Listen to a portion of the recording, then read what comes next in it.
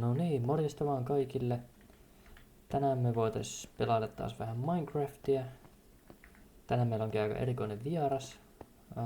Haluatko vaikka sanoa jotain? No mutta oikein hyvää päivää katsojat, mun nimi on Roni ja tervetuloa katsomaan uutta videota. No niin, morjesta vaan sullekin, joo. Haluuks, sä voisit vaikka Roni vähän rakentaa sitä meidän basea, niin mä voisin mainailla täällä vähän. Katsois me löydä ironia tai jotain.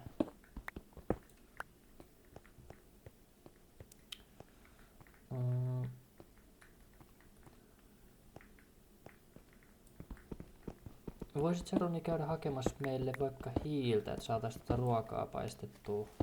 Sullakin varmaan alkaa olla jo pikkuhiljaa nälkä. Miten sitä hiiltä oikein löytää?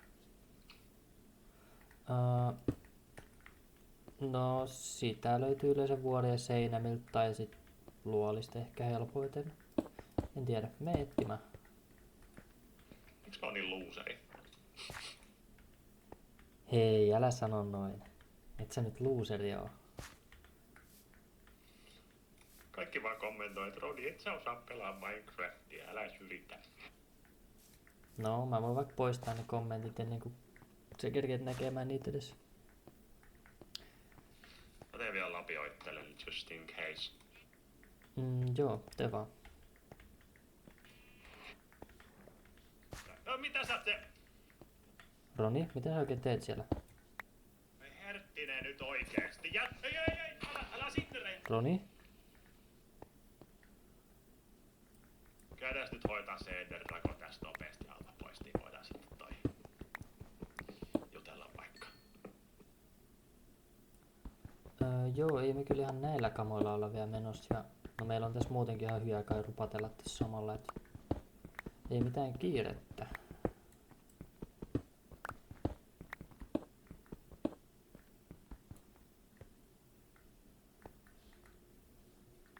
Siellä muuten voi olla yö tällä hetkellä tuolla ylhäällä, kun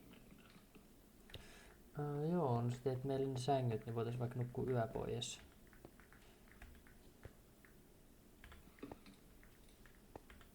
Jes.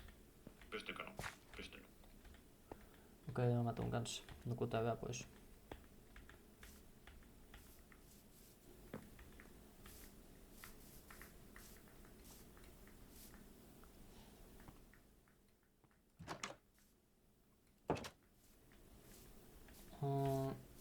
Nyt kun ollaan saatu meidän basea vähän tehtyä, niin voitais pitää vaikka pieni Q&A.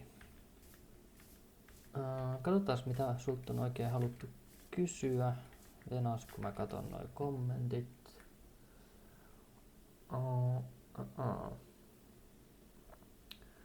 Mikä on sun lempikirja? Tämmönen kirja nimeltään Paremman elämän taito. Rolf Dobelli on tämän kirjoittanut. Okei. Mä luen tätä kirjaa nyt toista kertaa ja siis totta kai näitä self-help-kirjoja riittää, missä niinku neuvotaan parempaan elämään ja sit niistä oikeesti ei saa yhtään mitään irti. Mutta tästä mä oon oikeesti saanut, kun tää on jotenkin tosi yksinkertaisesti kirjoitettu. Mä luen teille yhden lainauksen, mikä muutti mun elämää tosi paljon. Ei tarvii nyt lukea, säästetään se johonkin seuraavaan videoon vaikka. Mitäs muuta täältä on sitten? Katsotaas. Kuka on sun esikuva salibändissä? Oi, meikäläinen muistaa silloin, kun pikkupoikana alkoi pelaa salibändiä, niin oli semmonen tyyppi nimeltään Janne Tähkä. Se taisi olla alkuperäinen ilmaveirin keksijä. Oho. En olekaan muista tiennyt. Mennätkö vielä jatkaa Ronnie Back Showta jossain kohtaa? Ois kyllä kiva tehdä uutisvideoita, mutta tällä hetkellä uutisia on tosi vaikea löytää, jotka ei liittyy siihen itse aiheeseen. No joo, totta. Sitten tässä vielä yksi tuolta. Tuleeko sulle vihakommentteja ja miten sä suhtaudut niihin? En mä kyllä hirveästi saa vihakommentteja. Tai no oikeastaan kyllä silloin tällöin tulee niitä kommentteja, mistä vaan paistaa läpi, että toinen tyyppi voi tosi pahoin. Jos mä saan vaikka kommentin, No. että Roni on tosi typerä ja tyhmä ja mä vihaan sua yli kaiken.